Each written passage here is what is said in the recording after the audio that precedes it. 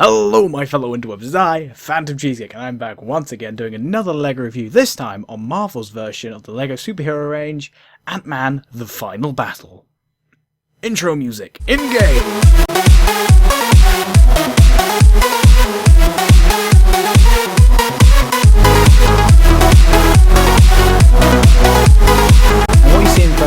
Is the set that LEGO are releasing as part of their LEGO Superheroes range for Ant-Man. Again, the set is called Ant-Man The Final Battle. The set number is 76032 and ages 6 to 12. Now, I quite like the set as well as the film. I thought the film was fantastic.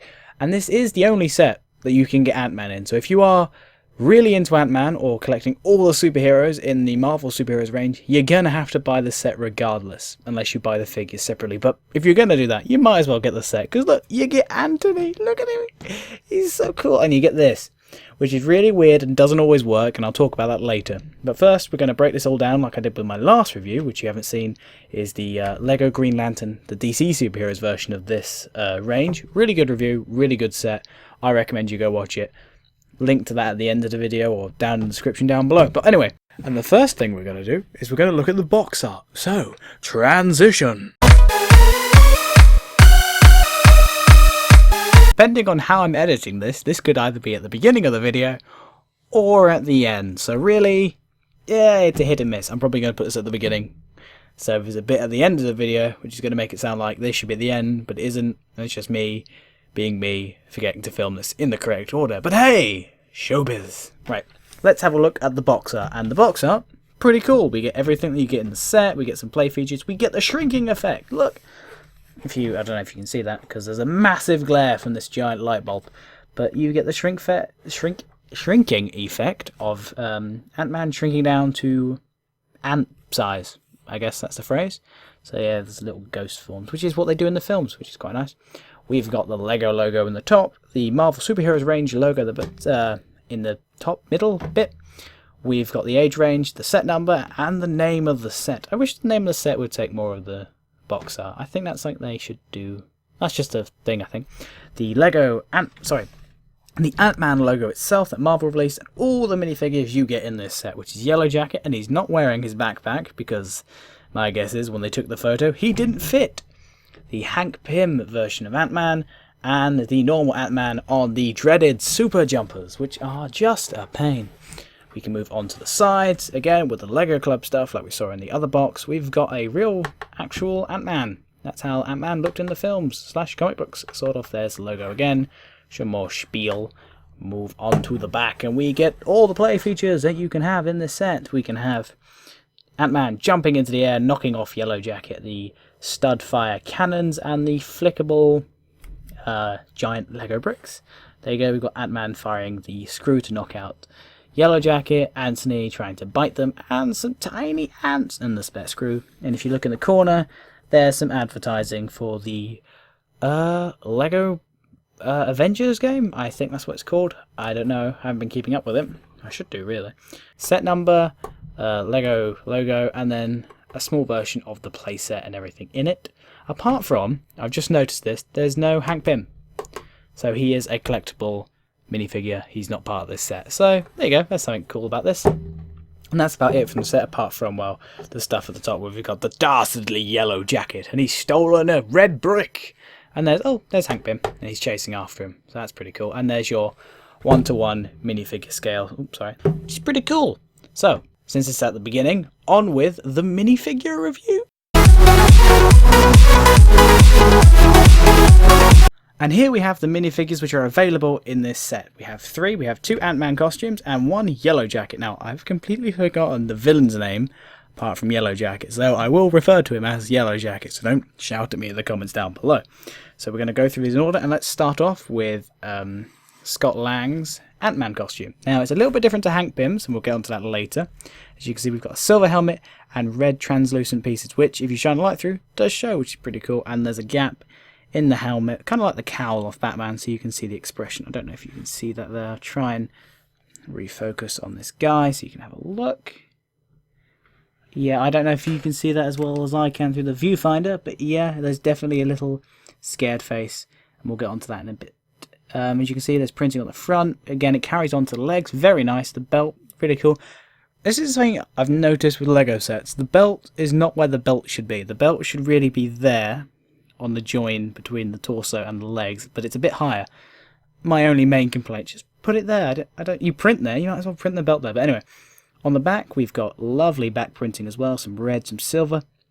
I would say extremely film accurate for the Lego size and representation. They could have done something with the sides of the sleeves. I know they do that in prints now, but then it's a very fine print you would have to do, but that would have been just an added detail, which would have made this amazing. And take off the helmet / cowl, because it kind of is. Kind of looks like Ultron from the side, which is a nice little touch. Nice little nod to the whole Ultron being created by Hank Pym. We can have a look at the double-sided face. We've got this little concerned face. And we move it around, we've got this smirk. I like this. They've got double faces on most of the superhero sets in both DC and Marvel, which is really good, especially for animating. So, good work, guys. Props for that. You just pop the helmet back on, because he looks a little cooler. And you can actually see his eyes through the helmet, if you can see that. Now, we're going to move on to the other Ant-Man. This is classic Hank Pym Ant-Man, which I think is quite nice. People were really concerned that this was going to spoil the movie when they released still shots of this at some convention. There was a big hubbub about it. But now we just know it's just a collectible figure. There's nothing to do with it. It's just a nice thing. They show it in the film. It's a flashback to when he was the only Ant-Man. And it's quite nice to see how the suit has aged over the years and how the belt is more pronounced. Because in the film, Scott does some tinkering, and I think that's when he adds all this stuff to it. So this is what the suit originally looked like. Very black, very red. There's no there's no silver highlights in it. There's no belt or harness, which Scott adds. We look at the back. We've got some nice red printing. Everything's very dark and red. It makes these red highlights on the faceplate stand out a lot more, which is cool. And we can take the helmet off, and we've got Hank Pym, who's got a nice double-sided face. One problem though, if you're going to include a double-sided face and you've got this much detail on a minifigure's face, give them some hair. I think this is the one thing that my one complaint with this set is, kind of like how the Batman set, how you can take off his face and you got exchangeable faces. You've still got Bruce Wayne. Give him some hair to cover up that white line. Give Hank Pym some crazy white hair, which he kind of needs. That the grey slick back hair they have, the one that I use for my Lego Peter Capaldi, that would have been great for this set. And I've tried that with this face and it looks pretty cool. So if you're going to do stuff like this, just include the hair. That's just my one gripe with this set. Just give it some hair, so that way you can have the helmet off and the helmet on, and you've got this nice, cool little divide. Same with Scott's character. Now we move on to Yellow Jacket, which may look incredibly movie accurate and really cool. Let me just refocus. But he's incredibly back heavy. If he's not on this base plate, he's falling over, unless he's leaning very far forward. So let's just give this guy up to the camera, like so. Sorry if my voice sounds weird. My microphone and my camera are in two different places, so I kind of have to lean in. So we can have a look at the front. We've got this nice printing. Now, the suit in the film is completely CGI'd, so making a representation in Lego is pretty hard, and they kind of nailed it. I like the yellow accent, and you can see that the hex patterns on the inside, very nice. The marking on the helmet is really cool as well. We can spin this guy around. I don't understand the colour of this. I mean, you're going so well with this really cool, intricate design, and then you give it this tanned brick colour. You didn't have any other colour, and if I'm not mistaken, oh no, this is the bit that holds the backplate on. You can get this in black. I'm 100% sure I have this piece in black. I have no clue why it's tanned.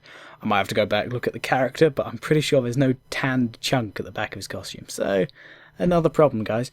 Look at the back, we've got these, like, pincery things. The stud launcher cannons that fire the little dots, so it looks like a laser cannon fire, which is pretty cool.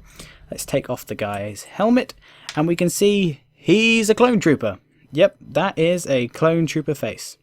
Granted, it's a little bit different, but in fact, if I lean over here and get my clone trooper heads out, you can see how they're nearly identical. I believe there's some of the older ones of this face, but again, it's a nice little variation on that, so I can't give them a complete sticking. But yeah, granted he is bold and there's not much going on with the guy's face in terms of, you know, dramatic features, but I don't know, it just looks like a clone trooper face to me. But anyway, let's pop the helmet back on, and these are the 3 minifigures you do get in the set, and they're pretty cool. We can't deny, they are really cool. The collectible Hank Pym one, the Scott Lang version and the Yellow Jacket. They're all really cool makes, and personally, if you're going to buy the set, you buy them for this because it's pretty cool. But now, let's move on to the main draw of the set, which is the giant Lego bricks and Anthony, the ant. So these are the play features and the big sets that you get in this Lego product. We get Anthony, we get these scaled up versions of little yellow and red bricks which have their own little play feature. We get a dreaded super jump pad, and we get some ants which are pretty cool. I love these little ants. They're like the old spider molds but cooler. So let's talk about these individually.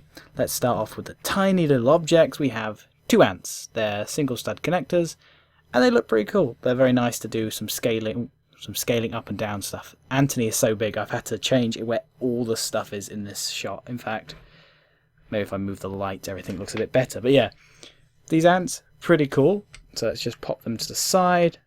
Super Jumper, well, it's Super Jumper. We all know what they are.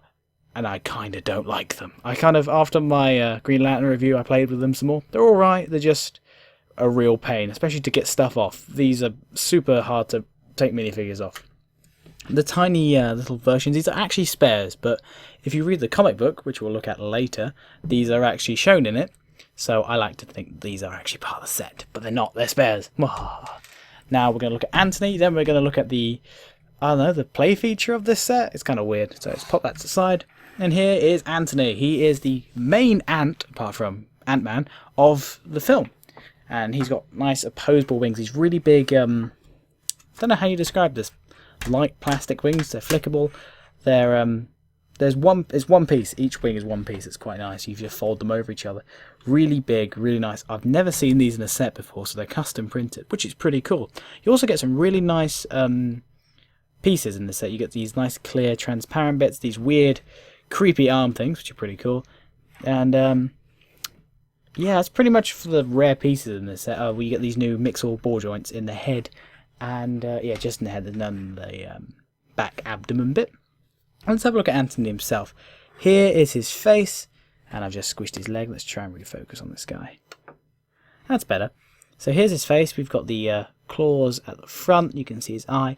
Now what I quite like about this, and it has actually grown on me, is underneath all the armor plating, that's kind of what these are, the exoskeleton, you can see little pink squishy bits. Let's see if I can show you this if I remove his eye. Look, there's a little pink bit, which I think is a little... Okay, it's one of two things. It's a nice touch, and it's a great way of saving money and costs in this, because I think these colours cost a lot less to print. But yeah, it's a nice little touch, so you can see underneath the armour there's some pink squishy stuff. And got some red at the back because it's, well, the ants are red at the bottom. And the pink bits do carry on. There's some in the back here, in this abdomen bit, if you take that apart. There you go, there's some at the back there. The wings are fully posable because they're on ball joints, which is really nice. Now, there's this bit here where there's a gap, which you would think you could fit a minifigure in there, and it'd be really cool if you could, but you can't because the ball joints lean into that area. So instead you have to have them sitting on this bit here, which is alright, but I would have preferred it if maybe these wings were a bit further apart so you could fit an Ant-Man figurine in there. One thing that's kind of confusing me about this set are these bits here.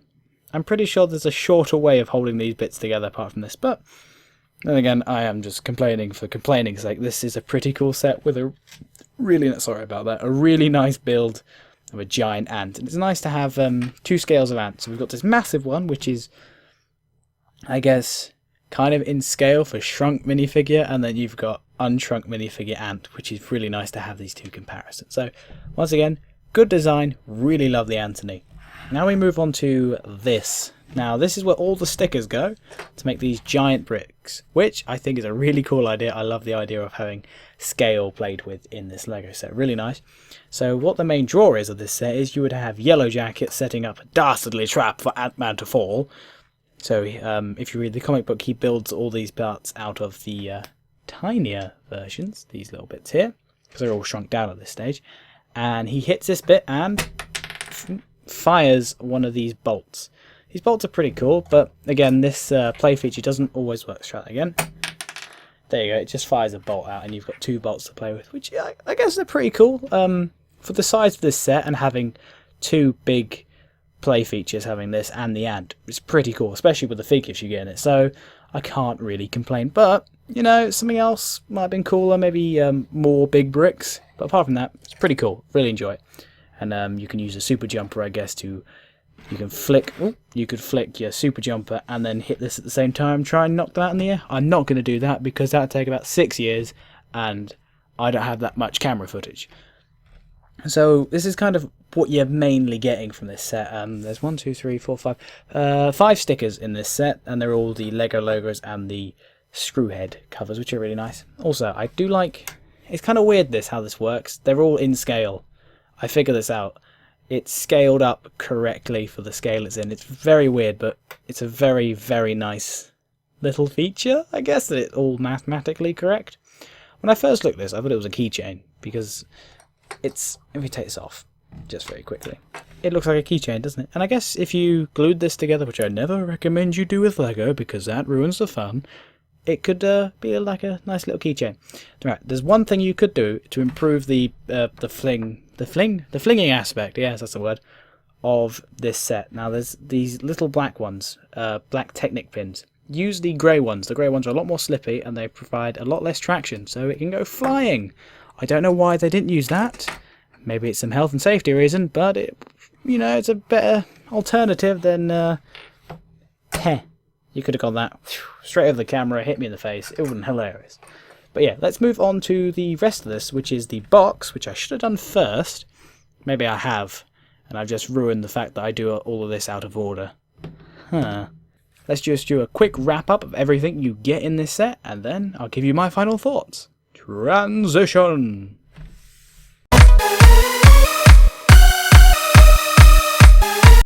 So, here's a recap of everything you get in this set. The set is part of the Marvel Superheroes range. The ages are 6 to 12, the set number is 76039, and the name of the set is Ant-Man Final Battle. Minifigures included in this set are Scott Lang Ant-Man, Hank Pym Ant-Man, and Yellow Jacket. The play features or giant sets in this product include Anthony, upscale Lego bricks, screw launchers. The accessories of the set are 2 small ants and a super jump plate. So my final thoughts on this set are, I really enjoy it. Granted, I've really enjoyed the Ant-Man film because it's a heist movie and I love heist movies. Taking everything into consideration, bar the film being pretty cool, we get a Hank Pym Ant-Man, a Scott Lang Ant-Man, and a Yellow Jacket. These are 3 very collectible superheroes. If you want to complete the whole Marvel Universe superhero range, you get a giant Anthony, you get some cool little tiny ants, and then you get these odd giant upscale bricks and giant Lego logos which you can use in your own builds. I think this set is pretty cool. And is it worth the nearly £20? I think it's about £20 it's retails for that it is. Yeah, I think it is, but again, much like the Green Lantern review, get it in a sale. It's definitely one of those sale thing. Very good for a Christmas present though, I would say. If you're getting a couple Lego things, maybe this one and some smaller ones, is it hard to build? Not really.